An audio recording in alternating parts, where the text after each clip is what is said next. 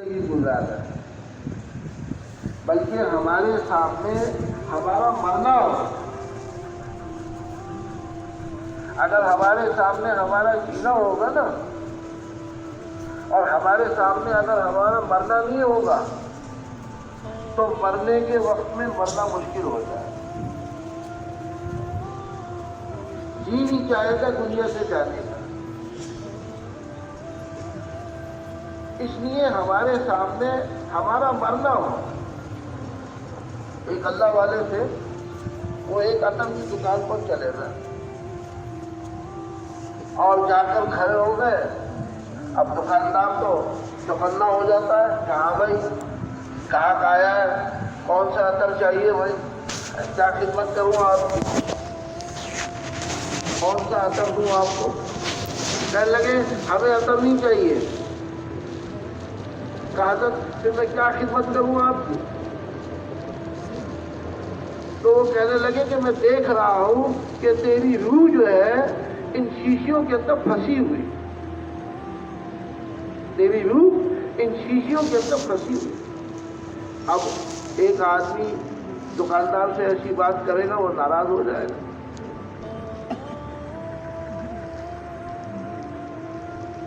تو اس نے کہا ٹھیک ہے جی، میری روح تو ان شیشیوں میں پھنسی ہوئی ہے، آپ کی روح کہاں پھنسی ہوئی ہے؟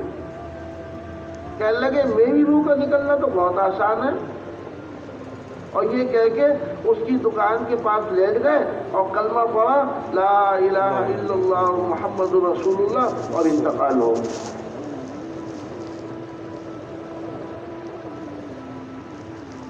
وہ دکاندار دکان سے نیچے اتر آیا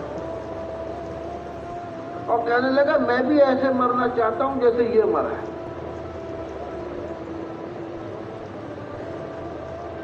مرنے کے وقت میں مرنا جب آسان ہوگا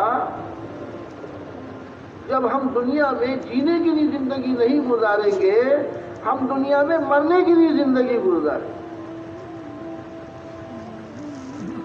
آخرت ہمارے سامنے ہوگی، موت ہمارے سامنے ہوگی، قبر ہمارے سامنے ہوگی، اور اس کے آنے والے جو حالات ہیں، جو منظر ہیں، جو خبر دی گئی ہے، وہ ہمارے سامنے ہوگا۔ تو مرنے کے وقت میں ہمارا مرنا آسان ہوگا۔ بہت سے لوگ کہتے ہیں ارے جب مریں گے دیکھا جائے گا۔ یہ زبان سے کہنا آسان ہے، یہ زبان سے کہنا آسان ہے کہ بھائی جب مریں گے تو دیکھا جائے گا۔ دنیا کے جتنے بھی حالات ہیں نا، آج آدمی ان حالات کو کتنا بڑا سمجھتا ہے۔ دھوپ کا ہونا، گرمی کا ہونا، سردی کا ہونا، بھوک کا ہونا، فقر کا ہونا، فاقے کا ہونا، پریشانیوں کا ہونا، بیماریوں کا ہونا، یہ ان حالات کو آدمی کتنے بڑے بڑے حالات سمجھتا ہے۔ حالانکہ آخرت میں مرنے کے بعد جو آنے والے حالات ہیں، ان حالات کے مقابلے میں دنیا کے جو حالات ہیں وہ قطرے ہیں۔ اب دنیا کے حالات کے مقابلے میں جو آخرت کے حالات ہیں وہ سمندر ہے۔ سمندر۔ ایک اللہ والے تھے، وہ جا رہے تھے، راستے میں ملک الموت آ گئے۔ السلام علیکم۔ وعلیکم السلام۔ کہاں تشریف لے جا رہے ہیں حضرت؟ کہا جی میں ذرا کام سے جا رہا تھا۔ کہا آپ کون ہیں؟ کہنے لگے میں ملک الموت ہوں، آپ کی روح لینے آیا ہوں۔ کہا چلو چلو، تیار ہے؟ کہا آپ فلاں کام سے جا رہے تھے؟ کہا اللہ سے زیادہ اور ملاقات سے زیادہ اور بڑا کام کون سا ہو سکتا ہے، میں تو انتظار میں ہوں۔ آج ہم میں سے کوئی بھی مرنا نہیں چاہتا۔ وہ موت آ جائے وہ الگ بات ہے، لیکن ہم میں سے کوئی مرنے کے لیے تیار نہیں۔ بلال رضی اللہ تعالیٰ عنہ کا انتقال ہو رہا تھا تو ان کی بیوی بیٹھی ہوئی رو رہی تھی، کہنے لگی واہ حزنا واہ حزنا، تم جا رہے ہو، تم جا رہے ہو. تو بلال رضی اللہ تعالیٰ عنہ کہنے لگے یہ تو بھائی غم کی بات تھوڑی ہے، یہ تو خوشی کی بات ہے کہ اب اللہ کے رسول سے ملاقات ہوگی، دوستوں سے ملاقات ہوگی، اللہ کا دیدار نصیب ہوگا، اللہ سے ملاقات ہوگی.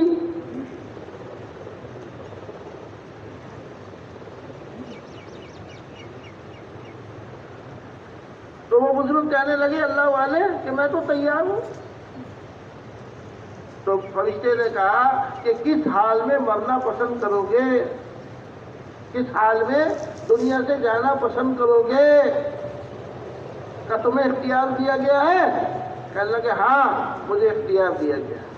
کہا اچھا مجھے نماز پڑھنے دو، جب میں سجدے میں جاؤں تو میری روح قبض کر لینا. انہوں نے نماز کی نیت باندھی، جب وہ سجدے میں گئے تو فرشتے نے روح قبض کر لی. تو مرنے کے وقت میں مرنا آدمی کا جب آسان ہوگا کہ جب مرنا سامنے ہوگا. آج تو ہمارے سامنے دنیا کے حالات ہیں، دنیا کی چیزیں ہیں، اور اسی کو بنانے کی ہم سب محنت میں لگے ہوئے ہیں. آخرت کا تو خیال بھی نہیں آتا، موت کے بعد کے آنے والے حالات کا خیال بھی نہیں آتا. بچوں کا کیا ہوگا، کاروبار کا کیا ہوگا، گھر کا کیا ہوگا. بس آدمی صبح سے لے کے شام تک اسی بات کو سوچتا ہے. ایک آدمی نے بہت شاندار مکان بنایا، اور جب وہ مکان تعمیر ہو گیا تو اس نے اپنے سارے مہمانوں کو جمع کیا، اپنے رشتے داروں کو، دوستوں کو، پڑوسیوں کو، محلے والوں کو، سب کو جمع کیا اور کھانے کا انتظام کیا کہ بھائی تم سب کی دعوت ہے. اب لوگ جمع ہو گئے اور کھانے کے لیے بیٹھ گئے. اب یہ ایک ٹانگ کے اوپر ایک ٹانگ رکھ کے بیٹھا ہوا ہے اور سوچ رہا ہے کہ دیکھو بھائی اتنا مال جمع ہو گیا اور اتنا جمع ہو گیا اور اتنا کرنا ہے اور ایسے کرنا ہے. ابھی یہ بات سوچ رہا تھا اور مہمان کھانا کھا رہے تھے. تو ایک آدمی نے بہت زوردار طریقے سے دروازہ کھٹکھٹایا. تو اس نے اپنے دربانوں سے کہا دیکھو بھائی یہ کون آدمی ہے، اسے عقل نہیں ہے، اسے سمجھ نہیں ہے، اسے تمیز نہیں ہے دروازہ کھٹکھٹانے کی، تو کون آدمی ہے؟ اب جب دربان بھاگے بھاگے دروازے پہ گئے تو دیکھا کہ ایک ہے جی فقیر آدمی ہے اور جھولا جو ہے جی پاؤں لمبا ہے جی، اور کہہ رہا ہے کہ اپنے آقا کو بھیج دو،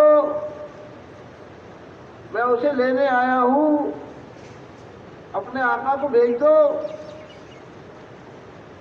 اب یہ جب اندر گئے، ہاں بھائی کون آدمی تھا؟ کہنے لگے ایک فقیر آدمی تھا، وہ کہہ رہا ہے اپنے آقا کو بھیج دو. کہنے لگے تم نے مزہ نہیں چکھایا اسے؟ اب یہ بات ہو رہی تھی، وہ اندر آ گیا. اب کہنے لگا مجھے جو ہے نا کوئی دروازہ روک نہیں سکتا، میں ملک الموت ہوں، میں تیری روح لینے آیا ہوں. اب وہ ایسا پریشان ہو گیا، کہنے لگا میری جگہ کسی اور کو لے جاؤ. کہنے لگے نہیں تجھے لے کے جاؤں گا. اچھا مجھے تھوڑا سا موقع دو. کہا چلو ٹھیک ہے تمہیں موقع ہے. اس نے اپنے سارے مال کو جمع کیا اور مال کو جمع کر کے کہنے لگا تیری مشغولی نے مجھے میرے رب سے غافل کر دیا، تیری مشغولی نے مجھے آخرت کی تیاری سے روک دیا. اب میں کیا جواب دوں گا اللہ کو؟ تو اللہ نے مال کو گویائی دی اور مال نے بولنا شروع کرا. اچھا آج ہمیں تانا دیتا ہے، آج ہمیں رسوا کرتا ہے، ہماری وجہ سے تو نے جہاں جی مال اکٹھا کیا، ہماری وجہ سے تو نے عزت حاصل کری، ہماری وجہ سے تو نے یہ سب کچھ کیا. تو میرے محترم بھائیوں دوستوں بزرگوں، دنیا کے اندر ہم سب مسافر ہیں. آپ صلی اللہ علیہ وسلم نے فرمایا جس کا مفہوم ہے کہ میری مثال ایسی ہے کہ جیسے کوئی راہ چلتا ہوا مسافر ہوتا ہے. چلتے چلتے تھک جائے اور پھر جو ہے تھوڑی دیر آ کے کہیں بیٹھ جائے, سستا لے, پھر آگے چلے. دنیا میں ہمارا کچھ بھی نہیں, دنیا میں ہمارا کچھ بھی نہیں. ایک آدمی کہتا ہے نا یہ مکان میرا ہے, یہ دکان میری ہے, یہ کارخانہ میرا ہے, یہ زمین میری ہے. نہیں بھائی دوستو, بہلول رحمۃ اللہ علیہ کے پاس ایک آدمی آیا اور کہنے لگا حضرت میں آپ سے خلوت میں ملنا چاہتا ہوں, اکیلے میں ملنا چاہتا ہوں, یا کوئی اور بھی نہ ہو. کہا اچھا تم فلاں جگہ آ جاؤ. اسے پتہ سمجھا دیا کہ بھائی تم فلاں جگہ آ جاؤ. اور پتہ کیا سمجھایا کہ جھوٹوں کی بستی میں آ جاؤ. اب یہ لوگوں سے پوچھتا پھرتا تھا بھائی یہ بتاؤ جھوٹوں کی بستی کہاں ہے. اب لوگ کہتے تھے بھائی ہم نے تو آج تک کسی ایسی بستی کا نام نہیں سنا جس بستی کا نام ہو جھوٹوں کی بستی. تو جھوٹوں کی بستی تو کوئی ہے ہی نہیں, تمہیں ملنا کس سے؟ کہنے لگے بہلول رحمۃ اللہ علیہ سے ملنا. اچھا اچھا اچھا, سیدھے چلے جاؤ, شہر ختم ہو جائے گا, قبرستان شروع ہو جائے گا, وہاں تمہیں بہلول ملیں گے. اب یہ وہاں پہنچا تو بہلول بیٹھے ہوئے تھے. کہا حضرت آپ نے مجھے پتہ غلط بتایا, میں لوگوں سے پوچھتا رہا جھوٹوں کی بستی, تو کوئی بھی نہیں کہتا تھا جھوٹوں کی بستی, کوئی جانتا ہی نہیں تھا جھوٹوں کی بستی. یہ جھوٹوں کی بستی کہاں ہے؟ کہنے لگے یہ دیکھو قبرستان ہے, یہ سارے جھوٹوں کی بستی ہے, یہ سارے جھوٹ بول کے آئے. مکان میرا ہے, میں مکان کا مالک ہوں. کارخانہ میرا ہے, میں کارخانے کا مالک ہوں. مجھے زمین میری ہے, میں زمین کا مالک ہوں. دکان میری ہے, میں دکان کا مالک ہوں. حالانکہ دکان ان کی وہی رہ گئی اور یہ قبر میں آ گئے. مکان ان کا وہی رہ گیا, یہ قبر میں آ گئے. کارخانہ ان کا وہی رہ گیا, یہ قبر میں آ گئے. تو آدمی کو دھوکہ لگا ہوا ہے. آدمی کو کیا لگا ہوا ہے بھائی بولو؟ اور کوئی چھوٹا موٹا دھوکہ نہیں ہے کہ چلو میں کوئی چھوٹا موٹا دھوکہ ہو, بہت بڑا دھوکہ لگا ہوا ہے. بہت بڑا دھوکہ لگا ہوا ہے. اور اگر یہ دھوکہ موت سے پہلے پہلے نہیں نکلا تو میرے محترم بھائی دوستوں بزرگوں, قبر میں جاتے ہی پٹائی ہونا شروع ہو جائے. یہاں تک علماء کرام فرماتے ہیں کہ ابھی اسے دفنایا نہیں گیا, ابھی اسے کفنایا نہیں گیا, ابھی اسے نہلایا نہیں گیا, یہاں تک کہ میت کی چارپائی گھر میں رکھی ہوئی ہے, فرشتے وہیں پٹائی کرنا شروع کر دیں. غلط یقین. اور میرے مطلب بھائی دوستوں بزرگوں ہے جی دھوکہ,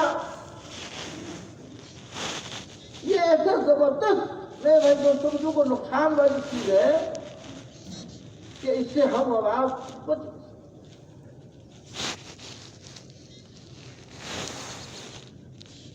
اب یقین کو بنانے کی محنت ہے,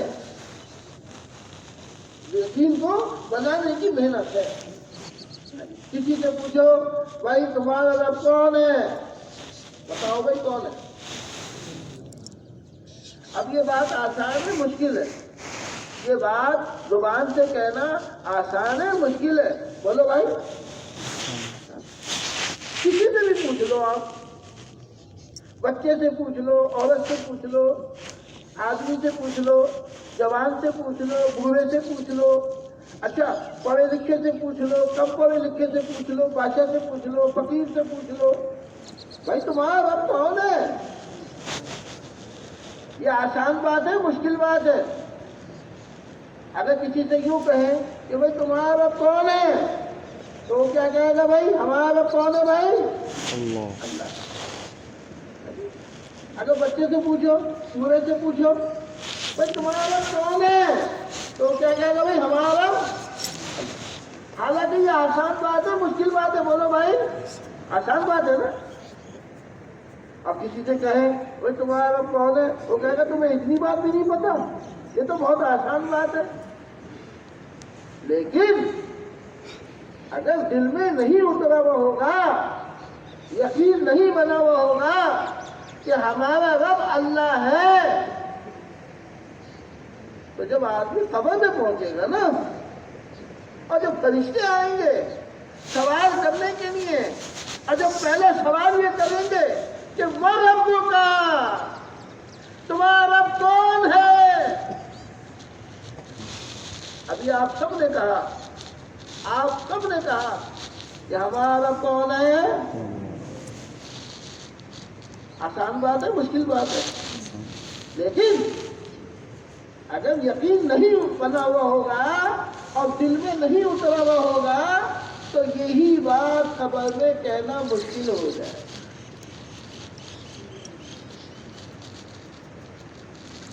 اتنی آسان بات کہ دیکھو بھائی ہمارا رب اللہ ہے. حالانکہ یہ منہ اور دل کوئی اتنا بڑا فاصلہ نہیں ہے. کتنا فاصلہ ہوگا بھائی؟ کیوں بھائی؟ کوئی اتنا بڑا فاصلہ نہیں ہے. تو ہاتھ سے پنڈی سے لاہور، اتنا بڑا کوئی فاصلہ نہیں ہے. اب زبان تو کہہ رہی ہے ہمارا رب اللہ ہے، ہمارا خالق اللہ ہے، ہمارا مالک اللہ ہے، ہمارا رازق اللہ ہے، ہمیں پالنے والا اللہ ہے. کسی سے بھی کہو بھائی ہے جی بارشیں کون برساتا ہے؟ اللہ برساتا ہے. ہوائیں کون چلاتا ہے؟ اللہ چلاتا ہے. لیکن یہ دل نہیں تسلیم کرتا. اس دل میں اتارنے کی محنت ہے. اس دل میں اتارنے کی کیا ہے بھائی؟ یقین بن گیا پھر مزے ہی مزے. یقین بن گیا پھر کیا ہے بھائی؟ مزے. صحابہ کے دل میں یقین اتر گیا تھا. اب پٹائی ہو رہی ہے، پٹائی کھانا آسان. اب ان کو اس پٹائی میں کیا آ رہا ہے؟ مزہ آ رہا ہے. اس پٹائی میں کیا آ رہا ہے بھائی؟ مزہ. بلال رضی اللہ تعالیٰ عنہ کو گھسیٹا جا رہا ہے، لوہے کی زنجیروں میں جیسی باندھا جا رہا ہے، تپتی ہوئی ریت کے اوپر لٹایا جا رہا ہے، اور یہ بھی گلیوں اور بازاروں کے اندر دوڑایا جا رہا ہے. پتھر ان کو مارے جا رہے ہیں، اور وہ کیا کرے؟ احد الاحد احد الاحد، اللہ تو ایک ہی ہے. اب زور لگانے والے اپنا زور لگا رہے ہیں، اور زور لگا کے اپنا زور ختم کر رہے ہیں، اور تھک رہے کہ بھائی ہم تو اسے مار مار کے تھک گئے. لیکن اس کی زبان سے احد اور احد کے علاوہ کوئی اور چیز نکلتی نہیں.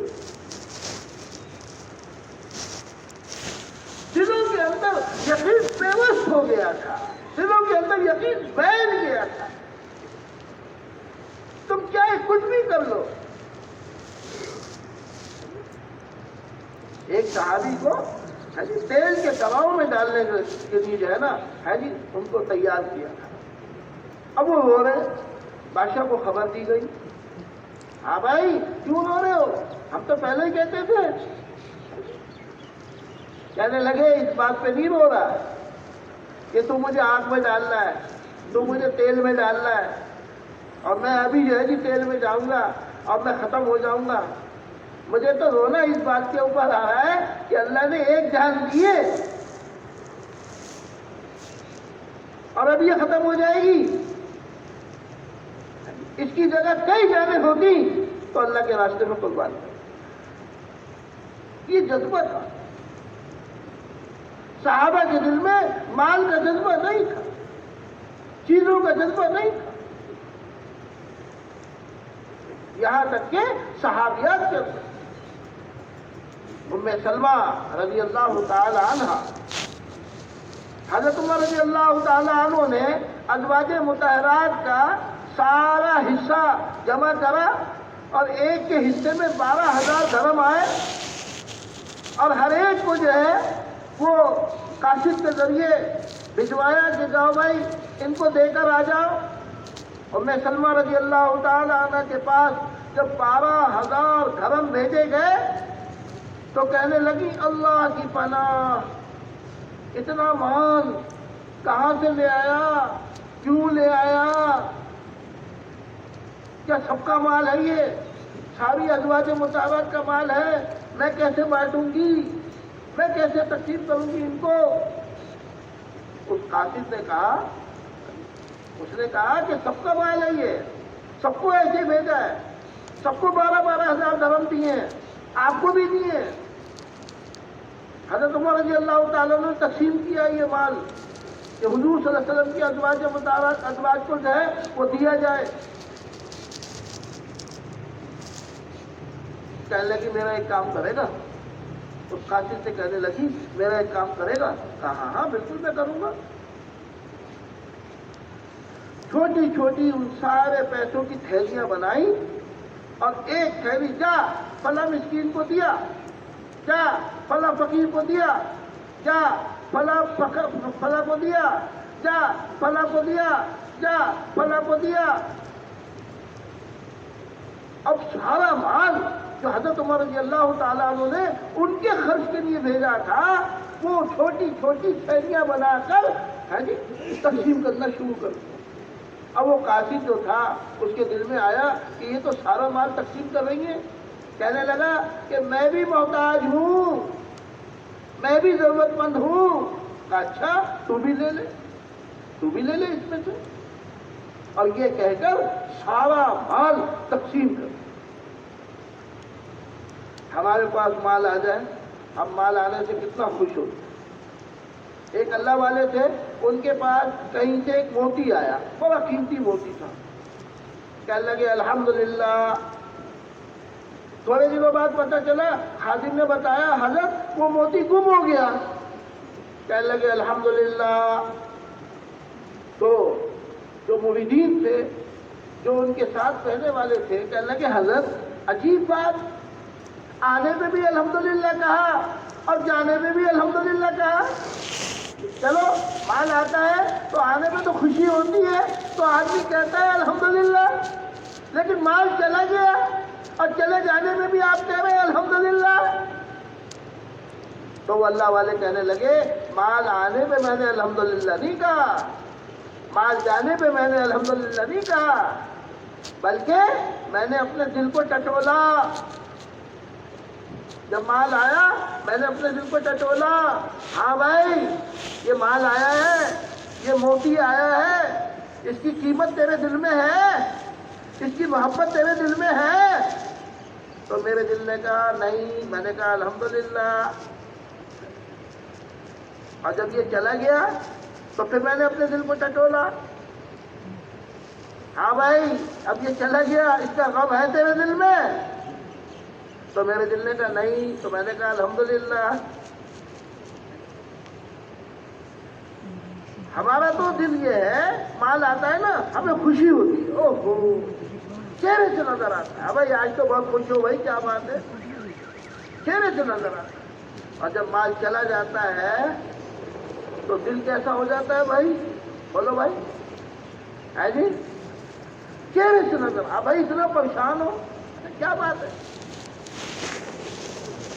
مالوں کی محبت، چیزوں کی محبت۔ تو جب وہ قاصد گیا حضرت عمر رضی اللہ تعالیٰ عنہ کے پاس اور جا کے کہا ہاں بھائی دے کر آ گئے، کہنے لگے کیا دے کر آ گئے؟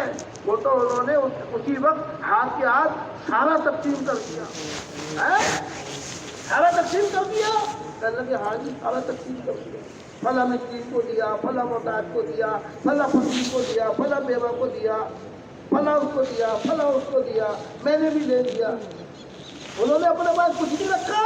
کہنے لگے نہیں انہوں نے اپنے پاس کچھ نہیں رکھا۔ 1000 اشرفیاں اور الگ سے حضرت عمر رضی اللہ تعالیٰ عنہ نے ان کے پاس بھیجی، اور قاصد سے کہا ذرا ڈھانک کر بولنا، ذرا زور سے بولنا کہ دیکھو امیر المومنین نے بھیجی ہے، اسے خرچ مت کرنا،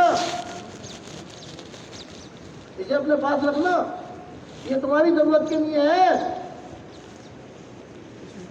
جب وہ لے کر آیا کہنے لگی اب کیوں آ گیا، اب کیوں آ گیا، اب کیا لایا؟ تو کہا حضرت عمر رضی اللہ تعالیٰ عنہ نے یہ 1000 اشرفیاں بھیجی ہیں، وہ تو آپ نے ساری خرچ کر ڈالی، اب جو ہے نا یہ آپ کی ضرورت کے لیے ہے اور یہ آپ اپنے پاس رکھیں۔ کہنے لگی میرا ایک کام کرے گا، میرا ایک کام کرے گا؟ کہاں بالکل کروں گا۔ اس 1000 اشرفی کی انہوں نے چھوٹی چھوٹی چھیلیاں بنائی اور کہا کہ جا ایک فلاں مسکین کو دیا، جا ایک فلاں فقیر کو دیا، جا ایک فلاں اس کو دیا۔ جب ختم ہونے لگی تو میرے دل میں بھی لالچ آیا، تو میں نے کہا میں بھی محتاج ہوں۔ کہنے لگی اچھا تم بھی لے لے، تم بھی لے لے۔ اور یہ کہہ کر جو 1000 اشرفیاں دوبارہ حضرت عمر رضی اللہ تعالیٰ عنہ نے بھیجی تھی وہ بھی ساری کی ساری خرچ کر جائے۔ اور جب وہ قاصد چلا گیا تو نماز کی نیت باندھ لی اور سلام پھیرا اور دعا مانگی کہ اے اللہ جب یہ اگلا سال آئے بانٹنے کے لیے تو اس سے پہلے مجھے دنیا سے اٹھا دے۔ کہنے لگے کہ جب وہ سال آیا تو سال آنے سے پہلے حضرت ام سلمہ رضی اللہ تعالیٰ عنہ کا انتقال ہوا۔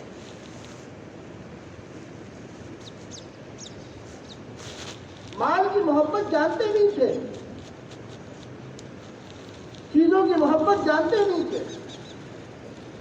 کل ہمارے پیر صاحب جو ہے اثر سے پہلے بات کر رہے تھے تو وہ یہی فرما رہے تھے کہ نقشوں کا یقین جو ہے وہ دل سے نکالنا پڑے گا، ورنہ نقشوں میں پھنسے آدمی دنیا سے چلا جائے۔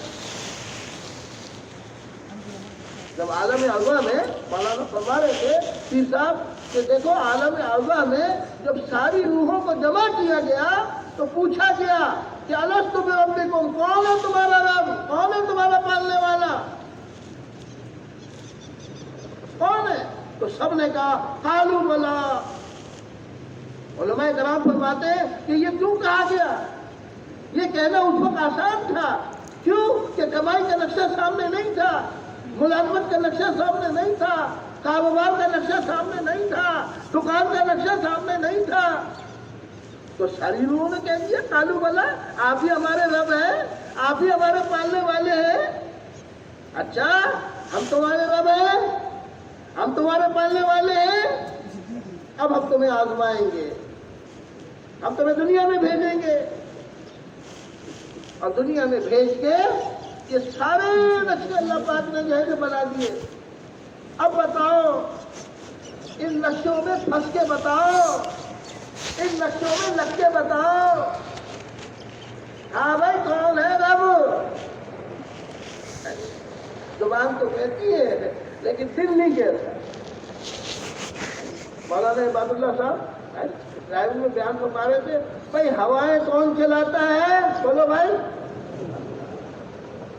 بارش کون برساتا ہے؟ دن کون لاتا ہے؟ رات کون لاتا ہے؟ اور بچوں کو کون پالتا ہے؟ نہیں میں پالتا۔ ہوائیں اللہ چلاتا ہے، بارش اللہ برساتا ہے، اور بچوں کو کون پالتا ہے؟ بولو کون پالتا ہے؟ نہیں میں پالتا۔ دکان کون چلاتا ہے؟ یہ نقشے تو ہمیں نکلنے نہیں دیتے اللہ کے راستے۔ ہمارے بھائی عبدالستار کاکولی رحمۃ اللہ علیہ ایک دفعہ بیان میں فرما رہے تھے کہ ہم ایک صاحب کے پاس گئے، بھائی بہت وقت ہو گیا، اب 4 مہینے لگا لو، بس کچھ ہمت کر لو، کچھ تیاری کر لو. کہنے لگے بس بچی کی شادی تیار ہے، بچی فارغ ہو جائے بس پھر میں نے تبلیغ کا کام کرنا ہے، بس میں نے اور کوئی کام نہیں کرنا. چلو بھائی ٹھیک ہے، بچی کی شادی ہو گئی. پھر ہم گئے دوبارہ. ہاں بھائی اب تیاری کر لو، اب ہمت کر لو. کہنے لگے بس یہ بچہ امتحان دے رہا ہے، بھائی یہ فارغ ہو جائے پھر میں نے کوئی کام نہیں کرنا، پھر میں نے تبلیغ کر دی. آدمی کہتا ہے کہ بس یہ مسئلہ حل ہو جائے بس پھر میں نے تبلیغ کا ہی کام کرنا ہے. یہ مسئلہ حل ہو جائے پھر میں نے تبلیغ کا ہی کام کرنا ہے. اچھا بھائی ٹھیک ہے، چلو بھائی صحیح، کوئی بات نہیں. بچے نے امتحان دے دیے. پھر گئے ہم ان کے پاس. ہاں بھائی اب تو تیاری کر لو، اب تو آپ فارغ ہو گئے. کہنے لگے بس یہ ریٹائرمنٹ میری قریب ہے، بس یہ ریٹائرمنٹ ہو جائے نا تو بس پھر میں نے کوئی کام نہیں کرنا ہے، پھر تو میں نے تبلیغ کا ہی کام کرنا ہے. تو تھوڑے دنوں کے بعد ہم مسجد میں بیٹھے ہوئے تھے، ایک جنازہ ہے. تو میں نے پوچھا بھائی یہ کس کا جنازہ ہے؟ کہنے لگے یہ انہی حضرت کا جنازہ ہے جو کہہ رہے تھے بچی فارغ ہو جائے، بچہ فارغ ہو جائے، ریٹائرمنٹ ہو جائے تو پھر میں نے تبلیغ کا ہی کام کرنا ہے. اب ان کا انتقال ہو گیا. تو پھر موت جب آ جاتی ہے نا تو پھر وہ موقع نہیں دیتی. اللہ پاک نے آج ہمیں آپ کو موقع دیا. اللہ پاک نے آج ہمیں آپ کو موقع دیا. اس موقع سے ہم سب فائدہ اٹھا لیں اور اللہ کے راستے میں ہماری صلاحیتیں لگے، ہمارا جان لگے، ہمارا مال لگے.